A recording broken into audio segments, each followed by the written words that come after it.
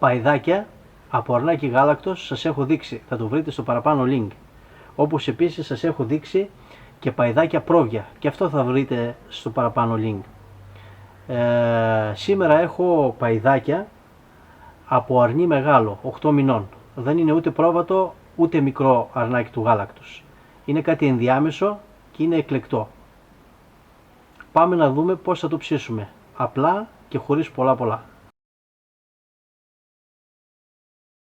Γεια και χαρά, καλή μας φίλοι. Είμαι ο Γιώργος Μαλιώρας και μαζί με τον αδερφό μου Ανδρέα κατασκευάζουμε ψισταριές και φούρνους. Μέσα από το κανάλι μας Grill Philosophy μοιραζόμαστε μαζί σας το πάθος μας για το ψήσιμο, αλλά και την εμπειρία που αποκτούμε ψήνοντας. Καλά ψησίματα σε όλους. Όπως σας είπα, έχουμε εκλεκτά παϊδάκια από προβατάκι μικρό, 8 μηνών περίπου, και θα το ψήσουμε στη σχάρα. Όπως είπα, δεν θα κάνουμε πολλά για να αναδείξουμε τη γεύση του κρέατος, μόνο που αυτή τη φορά θα το αλατίσω με χοντρό αλάτι πριν το ψήσω. Αλατίζουμε πριν ανάψουμε τα κάρβουνα. Αλατίζουμε και από την άλλη πλευρά. Ο χρόνος αυτός που θα μεσολαβήσει μέχρι να το ψήσουμε, να ανάψει φωτιά για να το ψήσουμε, περίπου μισή ώρα, είναι ό,τι πρέπει για να πάρει το κρέας λίγη από την λαρμίδα και τη γεύση του αλατιού.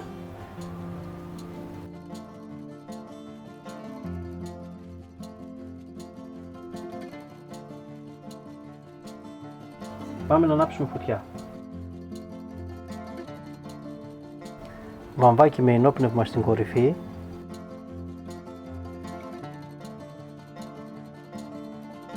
Γιατί τα καρβούνα ανάβουν ανάποδα από πάνω προς τα κάτω.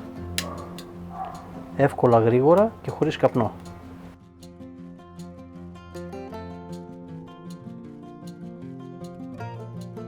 Τα κάρβουνα είναι έτοιμα, τα απλώνουμε. Όσα δεν έχουν ανάψει καλά τα βγάζουμε στην άκρη.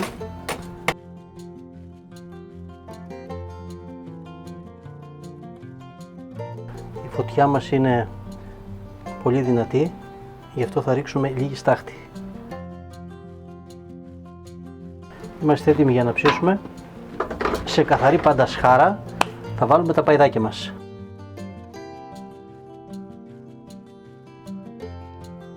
Όπως είπαμε, τα αλατίσαμε πριν ανάψει η φωτιά, περίπου μισή ώρα πριν. Εγώ συνήθως δεν τα αλατίζω, μ' αρέσει να κάνω το αλάτισμα στο τέλος. Θα δούμε και τη διαφορά.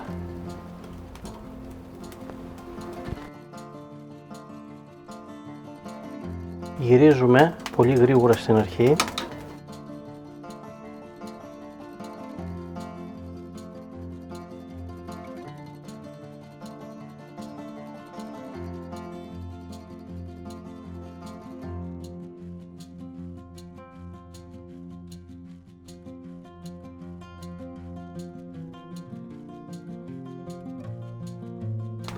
Θέλουμε αρκετά γυρίσματα.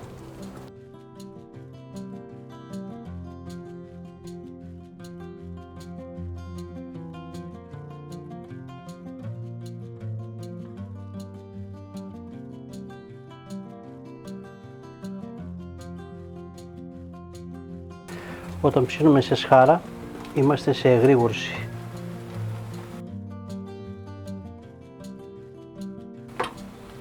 Συνεχίζουμε τα γυρίσματα.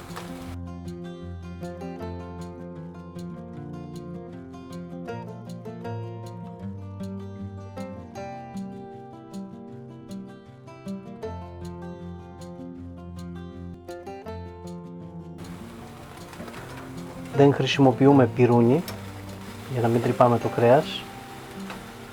Το καλύτερο είναι μία λαβίδα, να μπορούμε να το πιάνουμε και να το γυρίζουμε.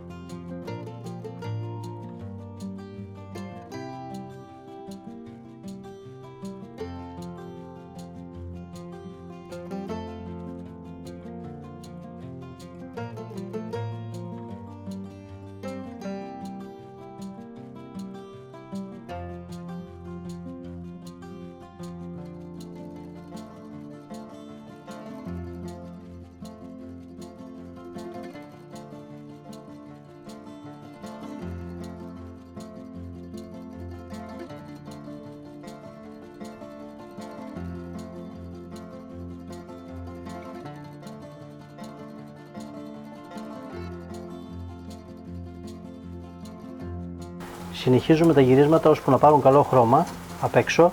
Προσοχή όμως να μην τα στεγνώσουμε, είναι πάρα πολύ βασικό. Και αν θέλετε να μετρήσετε θερμοκρασία, εσωτερικά 65 έως 70 βαθμούς το πολύ.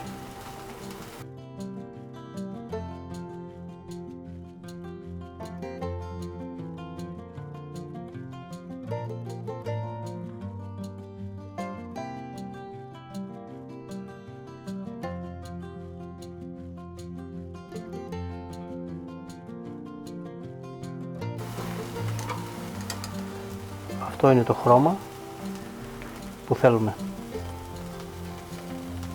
για να είναι ζουμερά.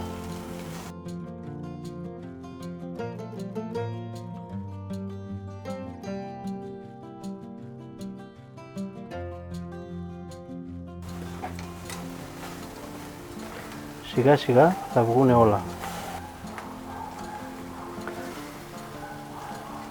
Και αυτό το χρώμα είναι πολύ καλό. Είναι έτοιμο, βγαίνει.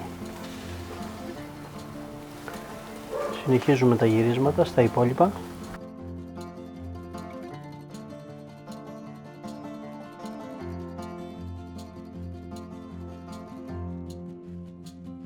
Έτοιμο.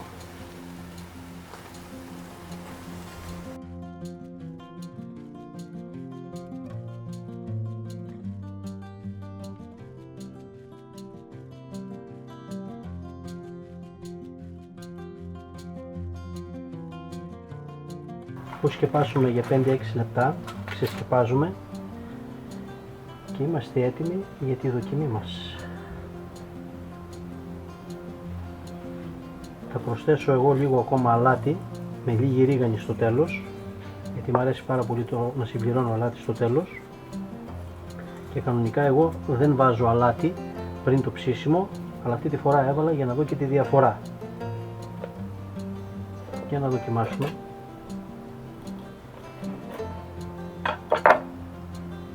Έτσι πρέπει να είναι ψημένο για να είναι ζουμερό.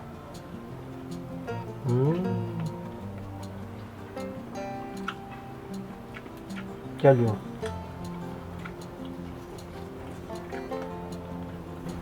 Πάντως είναι καλύτερα με το αλάτι στο τέλος.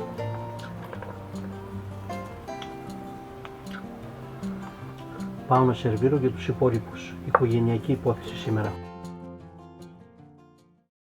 Καλά ψησίματα σε όλους.